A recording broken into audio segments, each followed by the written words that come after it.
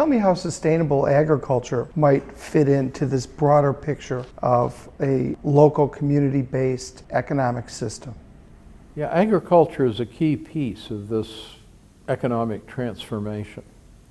We have created an industrialized agricultural system that is absolutely dependent on energy subsidies that are not sustainable, that are designed to overpower nature by substituting energy subsidies for the natural dynamics of our biological systems.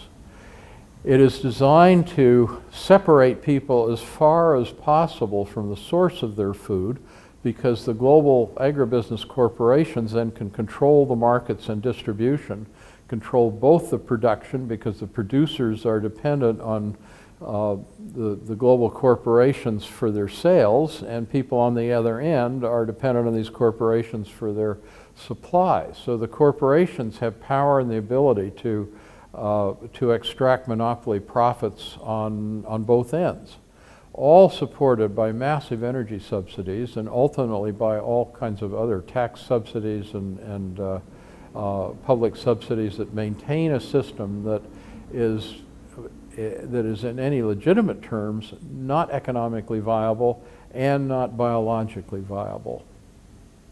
So the part of the transformation is moving toward not only local agriculture, but agriculture that's based on much smaller production units, that minimizes the dependence on external inputs, and that works with rather than against the natural cycles of nature and the natural dynamics of nature, which are enormously powerful and enormously productive.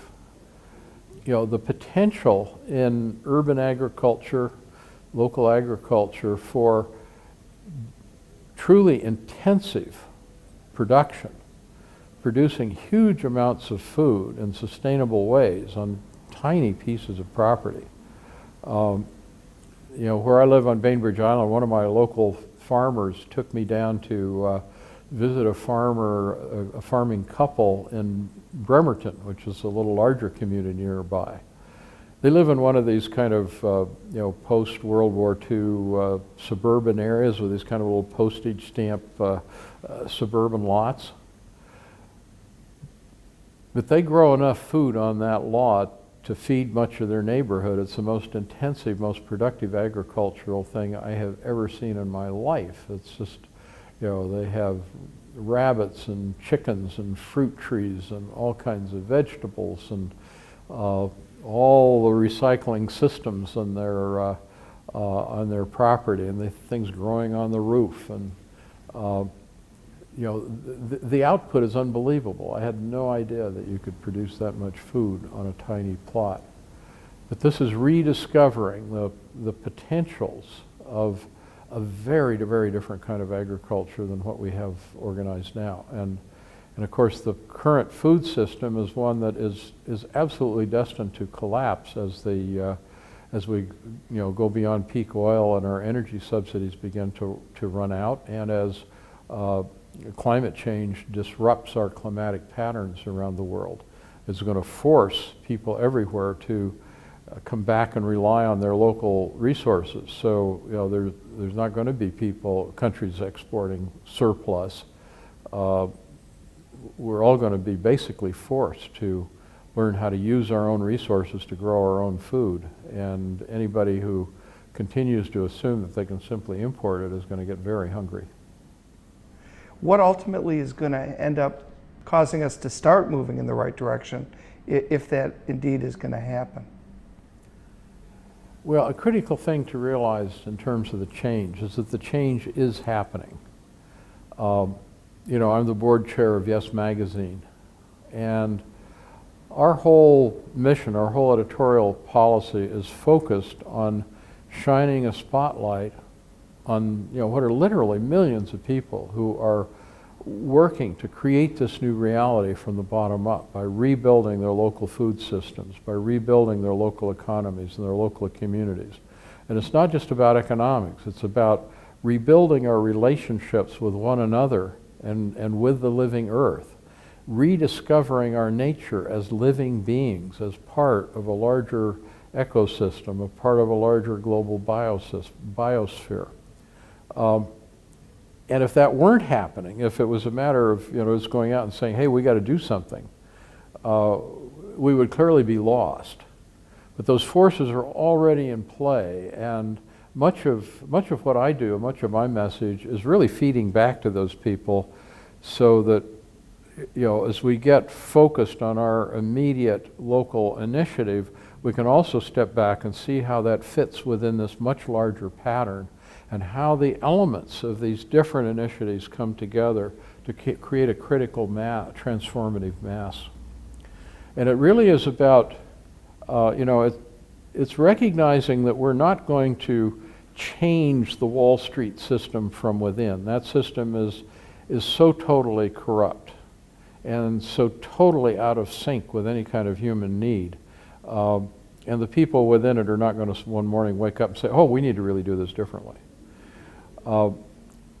We bring about the change by creating this new reality, by giving people more and more options as to where they work, shop, and invest, and begin to withhold our life energy from the Wall Street system. That's partly withholding our money, but it's really our life energy in the end.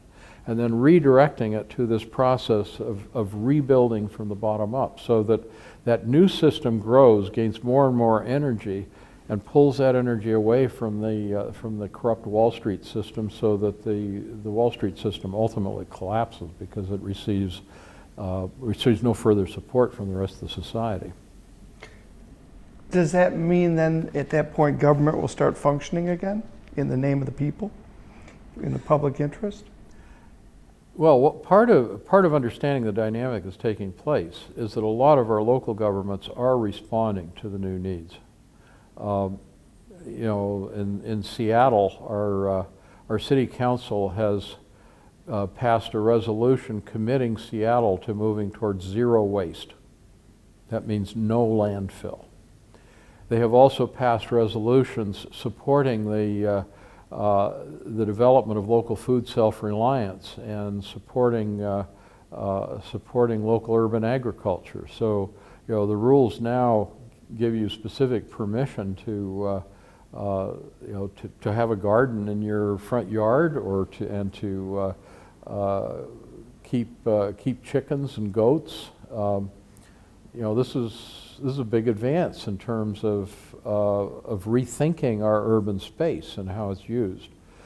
So, government is going to be responsive there. Now, as we begin to change the story about what are our real values, what are our real needs, what is the real nature of money, what are the options in terms of the money system and how it organizes, what's our real human nature in terms of our desire or need for community, and we begin to build this new reality, we create a new political climate in which it becomes harder and harder for our national politicians to align with Wall Street interests and to maintain their positions. They really have to align with this new conception of our society and of our role in it as human beings.